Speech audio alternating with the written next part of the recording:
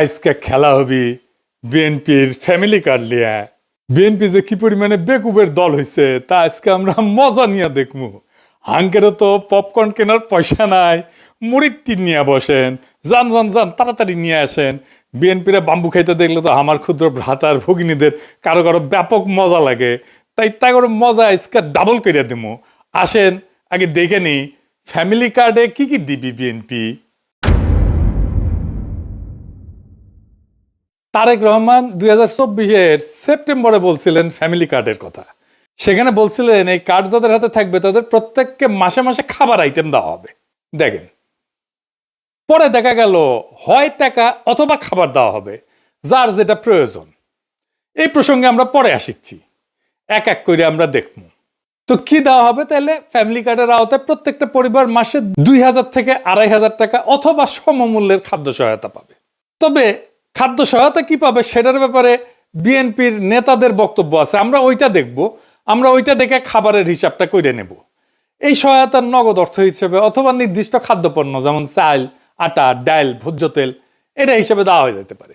তো আমরা এই যে এটার একটা হিসাব কেজি ধরে করে দিছে এক বিএনপির নেতা, আমরা সেটা দেখেই হিসাব করব।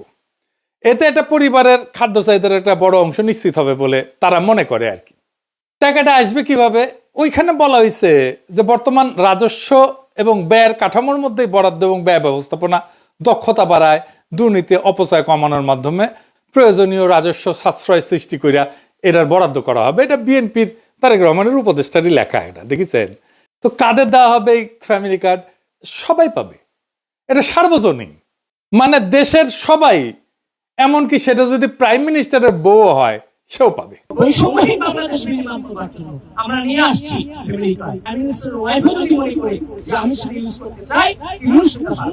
মানে কার্ড তো নারীদেরকে দেওয়া হবে, সেই জন্য বলছে যে প্রাইম মিনিস্টারের বউ যদি হয় তাহলে সেও পাবে। এই হইতেছে বিএনপির ফ্যামিলি কার্ডের মোটা দাগে প্রকল্প।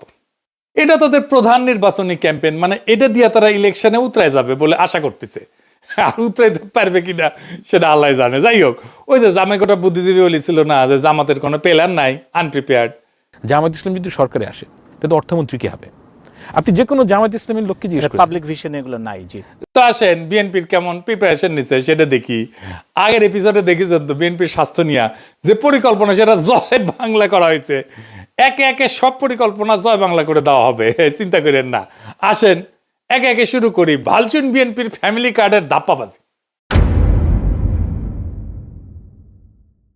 রাষ্ট্রের কাজ ভিক্ষা দেওয়া না, রাষ্ট্রের কাজ দয়া দেখানো না। রাষ্ট্রের কাজ হইল যারা পড়ে যাইতেছে, পিছায় পড়তেছে, যারা সুবিধা বঞ্চিত, যারা দুর্বল, তাদেরকে টেনে ধরা, তাদেরকে বাঁচানো। এটার নামই হইতেছে সামাজিক সুরক্ষা বলয়, ইংরেজিত কয় সোশ্যাল সেফটি নেট। ফ্যামিলি কার্ডে বলা হয়েছে সব পরিবারকে প্রত্যেক মাসে সমান টাকা দেওয়া হবে। এখানে রাষ্ট্র ভেঙে পড়ে। রাষ্ট্র কোনো তো এটিএম মেশিন না যেখান থেকে টাকা বেড়াবি। রাষ্ট্র কোনো ডিস্ট্রিবিউশন সেন্টারও না, এটা বিতরণের কাউন্টারও না। রাষ্ট্র হইল মরাল অথরিটি, নৈতিক কর্তৃত্ব। রাষ্ট্রকে সিদ্ধান্ত নিতে হয় কে সবচেয়ে বিপদে, কে আজীব ধৈর্য পড়বে, কে সবচেয়ে দুর্ভাগ্যের মধ্যে আছে, কে পিছায় পড়ছে, কাকে না ধরলে সমাজ ভেঙে যাবে, কাকে না বাঁচাইলে চলবে না। ফ্যামিলি কার্ড বলে এই বিচার আমি করব না, সবাইকে সমান দিতে হবে সমাজতন্ত্র। এইটা হইতেছে পলিসি ফেলিয়ার, মরাল কোলাপস, নৈতিক পতন। এই যে সামাজিক সুরক্ষা বলয় বা সোশ্যাল সেফটি নেট, এটার মানেটা আসলে কি? এটার মানে হইতেছে যে নির্দিষ্ট গোষ্ঠীর জন্য সহায়তা। এটা হইতেছে সবচেয়ে যার বেশি প্রয়োজন সে পাবে সাহায্য। এটাকে বলে ভালনারেবল ফোকাসড পলিসি। তো ভালনারেবল কারা? যারা দরিদ্র, কর্মহীন, অসুস্থ, বয়স্ক, দুর্যোগে ক্ষতিগ্রস্ত অথবা পঙ্গু হয়েছে, আহত হয়েছে, তারা। এদের ঝুঁকি কি এক? না। তাহলে সাহায্য কেন এক? তাহলে ফ্যামিলি কার্ড কি করে? এইটা অসাম্যকে, বৈষম্যকে ঢাইকা দেয়। এটা রাষ্ট্র দায়িত্বকে হালকা কইরা দেয়। সবাইকে সমান দিলে তো শক্তরা টিকে যাবে, দুর্বলেরা চুপচাপ পড়ে যাবে। এটা হইতেছে প্রশাসনিক কাপুরুষতা। কারণ প্রশাসন বা রাষ্ট্র বা সরকার এইটা দায়িত্ব নিতে চায় না, নৈতিক কর্তৃত্বের দায়িত্ব নিতে চায় না। যে সবচেয়ে দুর্বল তাকে চিহ্নিত করে তাকে সাহায্য করতে চায় না। ধরেন দুইজন মানুষ, একজনের পা ভাঙা আর একজন দৌড়ায়। তো রাষ্ট্র যদি দুইজনকে সমান জুতা দেয়, এটা কি সাম্য হইল? এটা তো বৈষম্য, এটা তো জাস্টিস না, এটা তো ন্যায় বিচার না, এটা ইনসাফ না। এই যে তিনজন দেখেন, এই ছবিটা দেখেন, বিখ্যাত ছবি আপনারা দেখছেন, তিনজন খেলা দেখিচ্ছে, তাই না? তিনজনের পায়ের নিচে একই সমানের বাক্স দিলে তৃতীয় জন খেলা দেখতে পারবে না। প্রথম জনের পায়ের নিচে তো বাক্সের দরকার ছিল না, ছিল কি, ও তো এমনি দেখতে পাচ্ছে। আর তৃতীয় জনের পায়ের নিচে মানে বাচ্চাটার পায়ের নিচে 2টা বাক্স দরকার ছিল, এটাই জাস্টিস। দ্বিতীয় জনের পায়ের নিচে একটা বাক্স, এটাই জাস্টিস, এটাই রাষ্ট্র করে। ফ্যামিলি কার্ড ঠিক এই অন্যায়টাই করে, তিনজনের পায়ের নিচে সমান বাক্স দিছে। তাইলে এই ফ্যামিলি কার্ড চালু হইলে যারা সবচেয়ে দুর্দশাগ্রস্ত, যাদের সবচেয়ে জরুরি প্রয়োজন, সেই মানুষ অদৃশ্য হয়ে যাবে। তারা কাগজে থাকবে, বাজেটে থাকবে, কিন্তু বাস্তবে থাকবে না। টাকা সবার মধ্যে সমানভাবে ছড়ায় পড়বে। তাহলে টাকার প্রভাব শূন্য হয়ে যাবে। টাকা তাহলে কাকে সাহায্য করতেছে? এই যে পুঁজিবাদী সমাজ, এটার তো সমস্যা হচ্ছে যে টাকা মাঝে মাঝে কিছু সেন্টারে জমা হয়ে যায়, কনসেন্ট্রেটেড হয়, কেন্দ্রীভূত হয়ে যায় কিছু মানুষের হাতে। সেটা যেন রিডিস্ট্রিবিউট করতে, পুনর্বন্টন করতে হয়, রিডিস্ট্রিবিউট করতে হয়। দেখছেন না, ইসলামে জাকাতের ব্যবস্থা আছে, প্রত্যেক বছর এইটা বন্টিত হয়। যার কাছে বেশি টাকা, তাকে দরিদ্র মানুষের মধ্যে বিলাই দিতে হবে। রাষ্ট্রের কাজ সবাইকে খুশি করা না, রাষ্ট্রের কাজ সবচেয়ে দুর্বলদেরকে বাঁচানো। যে সবাইকে সমান করে দেয়, সে আসলে ঘোষণা করে আমি দুর্বলদের দায়িত্ব নিতে চাই না। সেই জন্যই বিএনপির ফ্যামিলি কার্ড এইটা দুর্বলদের বাঁচাবে না, দুর্বলদের দায়িত্ব নিতে চাইতেছে না সে। এটা মানবিক না, এটা রাষ্ট্রের দায়িত্ব থেকে পরিকল্পিত পলায়ন। এবার আসেন আমরা আর একটা জিনিস দেখি। বিএনপি বলতেছে যে বাসার কর্ত্রী বা head of the house hold নারী, তাকে দেওয়া হবে। Head of the house hold বলতে কি বুঝাইতেছে? মানে পরিবারের গৃহকর্ত্রী আর কি, এই নারীর নামে। ইংরেজিতে লিখছে woman head of house hold. এনে প্রথম সমস্যা হইতেছে পরিবারের সংজ্ঞা কি, কে এটা সংজ্ঞায়িত করবে? আমাদের সমাজে যৌথ পরিবার আছে এবং ছোট পরিবার আছে, যেটাকে নিউক্লিয়ার পরিবার বলা হয়, একই সাথে চলে। যে নারী, সে নারী তো কারো মা, সে একই সাথে কারো মেয়ে, কারো স্ত্রী, কারো শাশুড়ি, কারো পুত্রবধূ, কারো বোন। তাকে কোন পরিবারের অন্তর্ভুক্ত করা হবে? পরিবারের কোনো সংজ্ঞা বানানো তো সম্ভব না। এটা একটা ইমোশনাল অ্যাটাচমেন্ট। একটা পরিবারে কে কে থাকবে, কোন কোন সম্পর্ক থাকবে, কতদূর রক্ত সম্পর্ক পর্যন্ত পরিবারের ভিতরে থাকবে, তো এসব তো রাষ্ট্র বা সরকারি আমলারা এটা সংজ্ঞায়িত করে দিতে পারে না, বলে দিতে পারে না, ডিকটেট করে দিতে পারে না। এক এক পরিবার এক এক রকম হবে। দেখবেন কোন পরিবারে শাশুড়ি আছে, কোন পরিবারে মা আছে, কোন পরিবারে ভাই আছে, কোন পরিবারে বোন আছে। এই একটা ইস্যুতে তো ব্যাপক কারচুপি, দুর্নীতি হবে। একটা পরিবারের সব মেয়ে প্রত্যেকের নিজের নামে কার্ড বানাবে, এটা হবে। আমি কয়ে দিতেছি, লিখে দিতে পারেন। বাংলাদেশে বিয়ের পর অনেকে বাপের বাড়ি বা শ্বশুর বাড়িতে থাকে, তাদেরকে কি আলাদা আলাদা পরিবার গণ্য করা হবে, নাকি একটা পরিবার গণ্য করা হবে? একটা পরিবারে এইভাবে অনেকগুলো কার্ড বানায়, সবগুলো থেকে টাকা রেশন নিজেদের অ্যাকাউন্টে পড়বে, যদি সবাইকে দেওয়া হয়। তাই তো দিতে চায় তারা সবাইকে। এবার একটা ইন্টারেস্টিং জিনিস দেখি। এই যে বলছি, যারা ভালনারেবল গ্রুপ, যাদের সবচেয়ে বেশি সাহায্য দরকার, তাদের কিন্তু অন্য সহায়তা দেওয়া হয়। সেটা কি বন্ধ করে দেওয়া হবে? বিএনপি কি সেটা বন্ধ করে দিবে? আসেন সেটা বুঝে দেখি। আমাদের সামাজিক সুরক্ষা কার্যক্রম কি কি আছে? আপনার নাম শুনেছেন অনেক, বয়স্ক ভাতা, বিধবা ভাতা, প্রতিবন্ধী ভাতা, তাই না? এমনকি হিজড়া জনগোষ্ঠীর জীবনমান উন্নয়ন ভাতা আছে। আমাদের একটা বিশাল খাদ্যভিত্তিক সুরক্ষা কর্মসূচি আছে, এটা সে পাশে লিখে দেন। এর মধ্যে আছে ভিজিডি কার্ড, আপনারা শুনছেন, এর নাম হচ্ছে ভালনারেবল গ্রুপ ডেভেলপমেন্ট। তারপরে আছে VGF card, vulnerable group feeding. তারপরে জিআর আছে, এটি দুর্যোগকালীন ত্রাণ। তারপর ওএমএস আছে, ওপেন মার্কেট সেল, খোলা বাজারে খাদ্য বিক্রি। তারপরে টিসিবির কার্ড আছে, দেখছেন না? এটার মাধ্যমে ভর্তুকি দেওয়া হয়েছে, যে সমস্ত পণ্য সেটা দেওয়া হয়। আবার এটা কাজের বিনিময়ে খাদ্য কর্মসূচি আছে না, ফুড ফর ওয়ার্ক, কাজের বিনিময়ে খাদ্য, কাজের বিনিময়ে অর্থ, যেটা সেটাকে বলা হয় টেস্ট রিলিফ। তারপরে একটা ইজিপিপি বলে আছে, মানে যেটা কর্মসংস্থান সৃষ্টি করবে, এরকম প্রোগ্রাম। অতি দরিদ্রদের জন্য কর্মসংস্থান কর্মসূচি।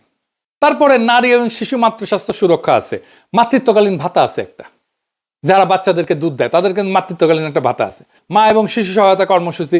তারপরে প্রাথমিক বিদ্যালয়ে মিড ডে মিল আছে, মানে স্কুলের মধ্যেই খাবার দেওয়া হয় বাচ্চাদেরকে। শিক্ষাভিত্তিক সুরক্ষা আছে, মানে প্রাথমিক এবং মাধ্যমিক স্তরে উপবৃত্তি আছে, মাদ্রাসা শিক্ষাদের উপবৃত্তি আছে, এবং বিশেষ এবং প্রান্তিক জনগোষ্ঠীর জন্য কর্মসূচি আছে।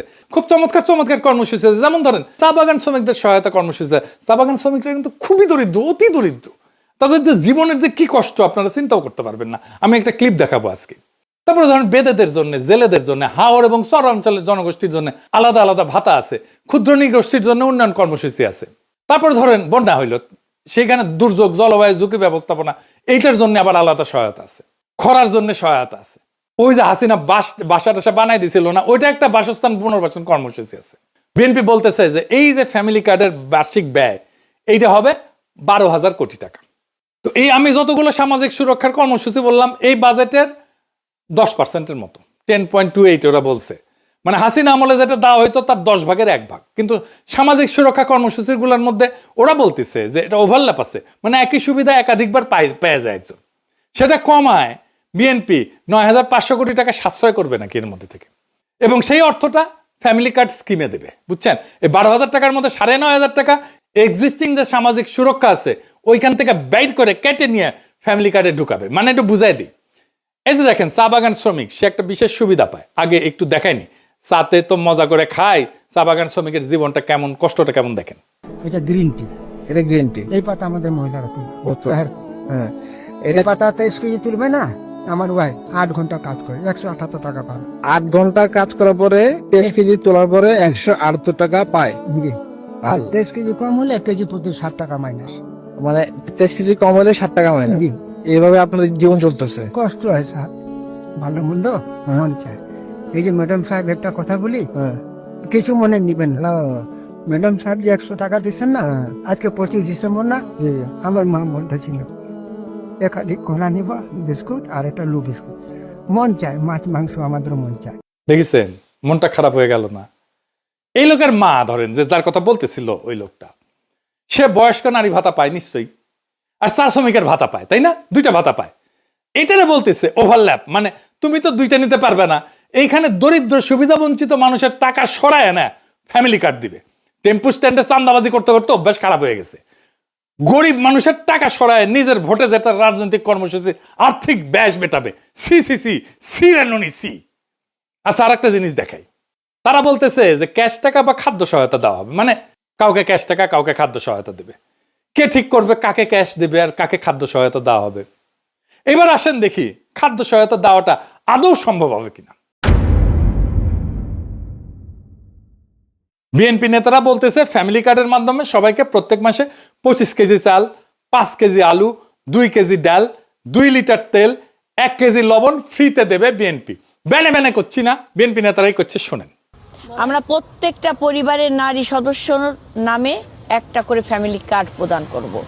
ওই ফ্যামিলি কার্ডের মাধ্যমে আপনি 25 কেজি চাল প্রতি মাসে, 5 কেজি আলু, 2 কেজি ডাল, 2 লিটার তেল, 1 কেজি লবণ আপনি ক্রয় করতে পারবেন সম্পূর্ণ বিনামূল্যে, শুধু কার্ডটা আপনার হাতে থাকলেই আপনি পারবেন।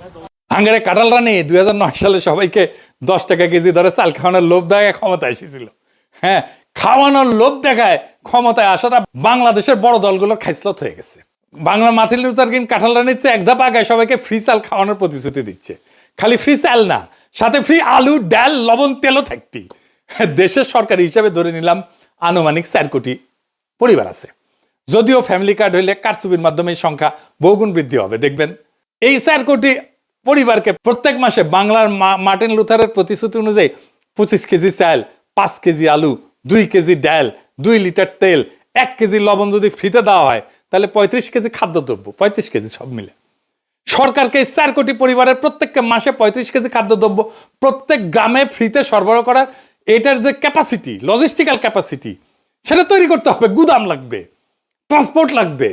এটা কত বড় সংখ্যা, এটা বাংলার মার্টিন লুথার কিং অঙ্ক করে দেখছে কিনা আমি জানি না, যদিও তিনি নিজের ভাষাতে এক বক্তৃতায় বলছে তিনি অঙ্কে নাকি কাঁচা।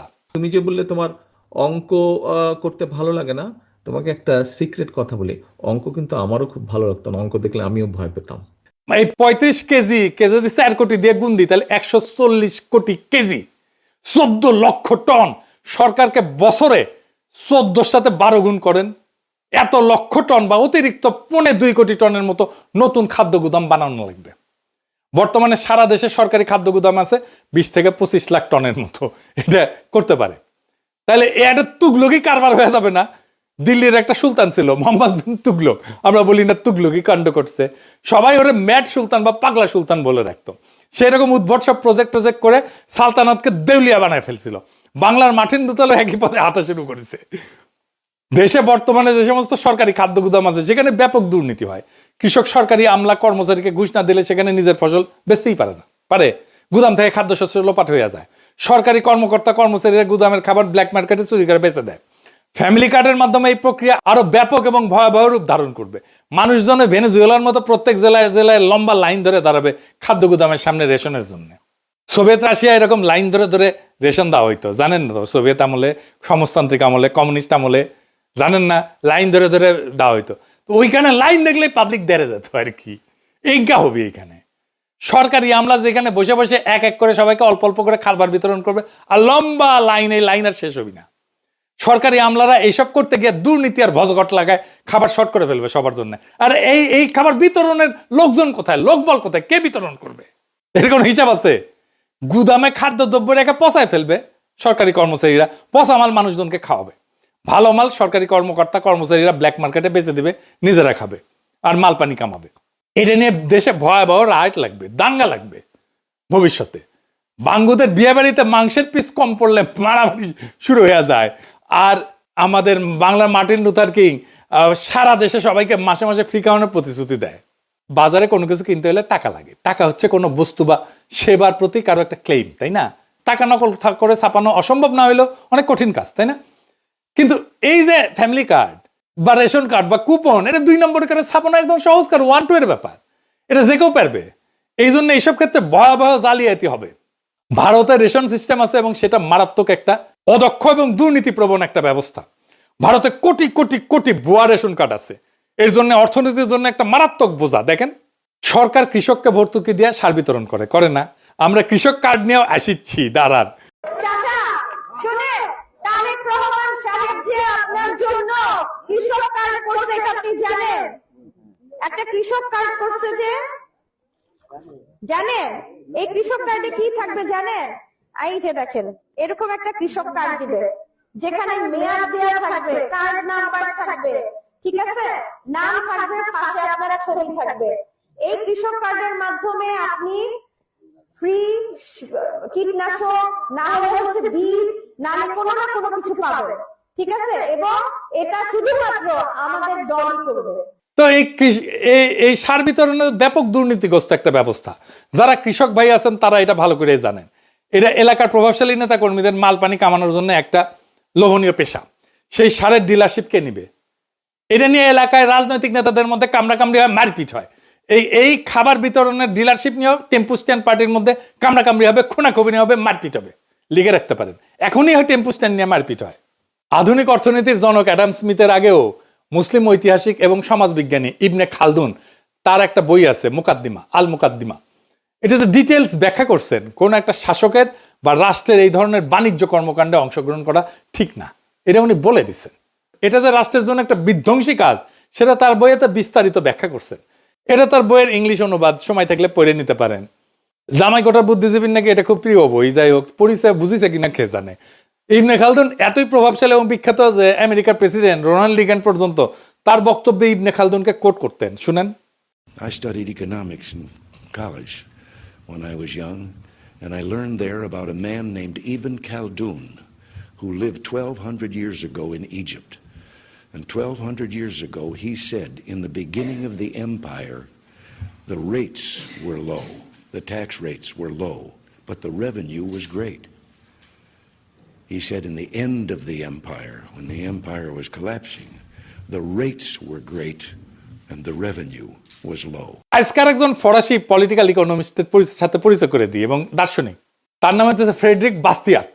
তার বইতেও এরকম থিম ব্যাখ্যা করছেন। এটাও ইংরেজিতে অনুবাদ। তার একটা চ্যাপ্টার আছে, তার নাম হচ্ছে দ্য ইন্টারমিডিয়ারি বা মধ্যস্বত্বভোগী। ওইটাতে উনি ব্যাখ্যা করছেন যে কোনো সরকারি আমলা বা কর্মচারীরা একটা সমাজের সবচেয়ে বড় পরগাছা। সরকারি কর্মচারীরা কিছু মনে করেন না, এইটা বইপত্রের কথা আমি কইলাম আর কি। ইংরেজ আমলের জমিদারদের চেয়ে বড় পরগাছা বর্তমান সরকারি কর্মকর্তা কর্মচারীরা।